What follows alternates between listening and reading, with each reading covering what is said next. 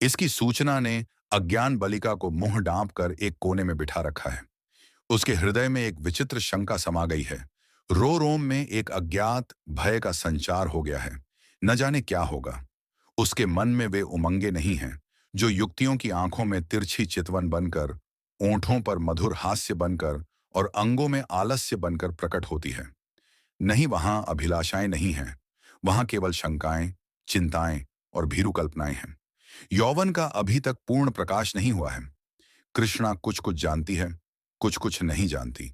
जानती है बहन की अच्छे अच्छे गहने मिलेंगे, द्वार पर बाजे बजेंगे, मेहमान आएंगे, नाच होगा, यह जानकर प्रसन्न है। और यह भी जानती है कि बहन सबके गले मिलकर रोएगी, यहां से रो धोकर विदा हो जाएंगी। मैं अकेली रह जाऊंगी, यह जानकर दुखी है। पर यह नहीं जानती कि वह इसलिए हो रहा है। माताजी और पिताजी क्यों बहन को उस घर से निकालने को इतने उत्सुक हो रहे हैं? बहन ने तो किसी को कुछ नहीं कहा, किसी से लड़ाई नहीं की। क्या इसी तरह एक दिन मुझे भी ये लोग निकाल देंगे? मैं भी इसी तरह कोने में बैठकर रोऊंगी और किसी को मुझ पर दया न आएगी। इसलिए वह भयभीत भी संध्या का समय था। निर्मला छत पर जानकर अकेली बैठी आकाश की ओर त्रिषित नेत्रों से ताक रही थी। ऐसा मन होता था पंख होते तो वह उड़ जाती और इन सारे झंझटों से छूट जाती। इस समय बहुधा दोनों बहनें कहीं गैर करने जाया करती थीं। बगधी खाली न होती तो बगीचे में ही टहला करती। इसलिए कृष्णा उसे खोजती फिरती थी। जब कहीं न पाया तो छत पर आई और उसे देखते ही हंसकर बोली, तुम यहां आकर छिपी बैठी हो और मैं तुम्हें ढूंढती फिरती है। चलो, बरशी तैयार करा आई हूं। निर्मला ने उदासीन भाव से कहा, तू जा, मैं न जाऊंगी। कृष्णा नहीं मेरी अच्छी दीदी, आज जरूर चलो। देखो कैसी ठंडी ठंडी हवा चल रही है। निर्मला, मेरा मन नहीं चाहता, तू चली जा। कृष्णा की आंखें डबडबा आईं। कांपती हुई आवाज से बोली, आज तुम क्यों नहीं चलती? मुझसे क्यों नहीं बोलती? क्यों इधर उधर छिपी छिपी फिरती हो? मेरा जी अनेले बैठे बैठे घबराता है। तुम न चलोगी तो मैं भी न जाऊंगी, यहीं तुम्हारे साथ बैठी रहूंगी। निर्मला, और जब मैं चली जाऊंगी तब क्या करेगी? तब किसके साथ खेलेगी और किसके साथ घूमने जाएगी? बता। कृष्णा, मैं भी तुम्हारे साथ चलूंगी। अकेले मुझसे पहा न रहा जाएगा। निर्मला मुस्कुराकर बोली, तुझे अम्मा न जाने देगी? कृष्णा, तो मैं भी तुम्हें न जाने दूंगी। तुम अम्मा से कह क्यों नहीं देती कि मैं न जाऊंगी? निर्मला, कह तो रही हूं, कोई सुनता है। कृष्णा, तो क्या यह तुम्हारा पर नहीं है? निर्मला, नहीं, मेरा घर होता तो कोई क्यों जबरदस्ती निकाल देता? कृष्णा, इसी तरह किसी दिन में भी निकाल दी जाऊंगी। निर्मला, और नहीं, क्या तू बैठी रहेगी? हम लड़कियां हैं, हमारा घर कहीं नहीं होता। कृष्णा, चंदर भी निकाल दिया जाएगा? निर्मला, चंदर तो लड़का है, उसे कौन निकालेगा? कृष्णा, तो लड़कियां बहुत खराब होती होंगी। निर्मला, खराब ना होती तो घर से भगाई क्यों जाती?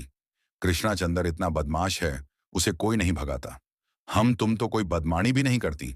एकाएक चंदर धम धम करता हुआ छत पर आ पहुंचा और निर्मला को देखकर बोला, अच्छा आप यहां बैठी हैं।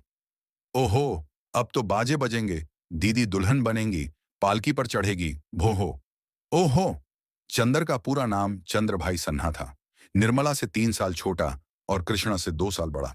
निर्मला, चंदर, मुझे विशहा जोगे तो अभी जाकर अम्मा से कह दूंगी। चंद्र, तो चिढ़ती क्यों हो, तुम भी बाजे सुनना। भो हो, अब आप दुल्हन बनेंगी। क्यों किशनी, तू बाजे सुनेगी ना? वैसे बाजे तूने कभी ना सुने होंगे। कृष्णा, क्या बैंड से भी अच्छे होंगे? चंद्र, हो, बैंड से भी अच्छे, 1000 गुने अच्छे, लाख गुने अच्छे। तुम जानो क्या, एक बैंड सुन लिया तो समझने लगी कि उससे अच्छे बाजे नहीं होते। बाजे बजाने वाले लाल लाल वर्दियां और काली काली टिपियां पहने होंगे। ऐसे खबूसूरत मालूम होंगे कि तुमसे क्या कहूं। आयत शवाजियां भी होंगी, हवाइयां आसमान में उड़ जाएंगी और वहां तारों में लगेंगी तो लाल पीले हरे नीले तारे टूट टूट कर गिरेंगे। बड़ा बजा आएगा। कृष्णा, और क्या क्या होगा चंदन, बता दे मेरे भैया। चंद्र, मेरे साथ घूमने चल तो रास्ते में मारी बातें बता दूं। ऐसे ऐसे तमाशे होंगे कि देखकर तेरी आंखें खुल जाएंगी। हवा में उड़ती हुई पिरैयां होंगी, सचमुच की पिरियो। कृष्णा, अजदा चलो, लेकिन ना अताबोगे तो मारूंगी। चंद्र, भानु और कृष्णा चले गए, पर निर्मला अकेली बैठी रह गई। कृष्णा के चले जाने से इस समय उसे बड़ा क्षोभ हुआ। कृष्णा, जिसे वह प्राणों से भी झिझक प्यार करती थी, आज इतनी निठुर हो गई, अकेली छोड़कर चली गई। बात कोई न थी, लेकिन दुखी हृदय दुखती हुई आंख है, जिसमें हवा से भी पीड़ा होती है। निर्मला बड़ी देर तक बैठी रोती रही। भाई बहन माता पिता सभी इसी भांति मुझे भूल जाएंगे, सबकी आंखें इफर जाएंगी, फिर शायद इन्हें देखने को भी तरस जाऊं। बाग में फूल खिले हुए थे, मीठी मीठी सुगंध आ रही थी, चैत की शीतल मंद समीर चल रही थी, आकाश में तारे छिटके हुए थे। निर्मला इन्हीं शोकमय विचारों में पड़ी पड़ी मो गई और आंख लगते ही उसका मन स्वप्न देश में विचरने लगा।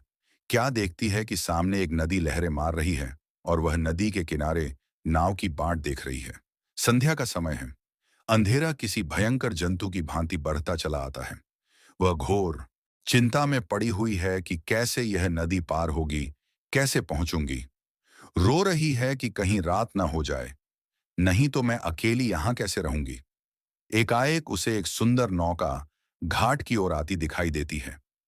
वह खुशी से उछल पड़ती है और ज्यों ही नाव घाट पर आती है, वह उस पर चढ़ने के लिए बढ़ती है, लेकिन ज्यों ही नाव के पटरे पर पैर रखना चाहती है, उसका मल्लाह बोल उठता है, तेरे लिए यहां जगह नहीं है। वह मल्लाह की खुशामद करती है, उसके पैरों पड़ती है, रोती है, लेकिन वह यह कहे जाता है, तेरे लिए यहां जगह नहीं है। एक क्षण में नाव खुल जाती है। वह चिल्ला चिल्ला कर रोने लगती है। नदी के निर्जन तट पर रात भर कैसे रहेगी, ये सोच वह नदी में कूदकर उस नाव को पकड़ना चाहती है कि इतने में कहीं से आवाज आती है, ठहरो ठहरो, नदी गहरी है, हुब जाओगी। वह नाव तुम्हारे लिए नहीं है, मैं आता हूं, मेरी नाव में बैठ जाओ, मैं उस पार पहुंचा दूंगा। वह भयभीत होकर इधर उधर देखती है कि यह आवाज कहां से आई।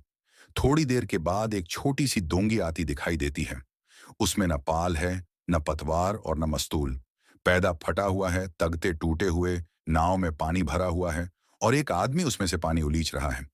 वह उससे कहती है, यह तो टूटी हुई है, यह कैसे पार लगेगी। मल्लाह कहता है, तुम्हारे लिए यही भेजी गई है, आकर बैठ जाओ। वह एक क्षण सोचती है, इसमें बैठूं या ना बैठूं। अंत में वह निश्चय करती है, बैठ जाऊं। यहां अकेली पड़ी रहने से नाव में बैठ जाना फिर भी अच्छा है। किसी भयंकर जंतु के पेट में जाने से तो यही अच्छा है कि नदी में डूब जाऊं। कौन जाने, नाव पार पहुंच ही जाए। यह सोचकर वह प्राणों की मुट्ठी में लिए हुए नाव पर बैठ जाती है। कुछ देर तक नाव डगमगाती हुई चलती है, लेकिन प्रतिक्षण उसमें पानी भरता जाता है। वह भी मल्लाह के साथ दोनों हाथों से पानी उलीचने लगती है, यहां तक कि उनके हाथ रह जाते हैं, पर पानी बढ़ता ही चला जाता है। आखिर नाव चक्कर खाने लगती है। मालूम होती है अब डूबी, अब हुई। तब वह किसी अदृश्य सहारे के लिए दोनों हाथ फैलाती है। नाव नीचे जाती है और उसके पैर उखड़ जाते हैं। ये जोर से चिल्लाई और चिल्लाते ही उसकी आंखें खुल गई। देखा तो माता सामने खड़ी उसका कंधा पकड़कर हिला रही थी।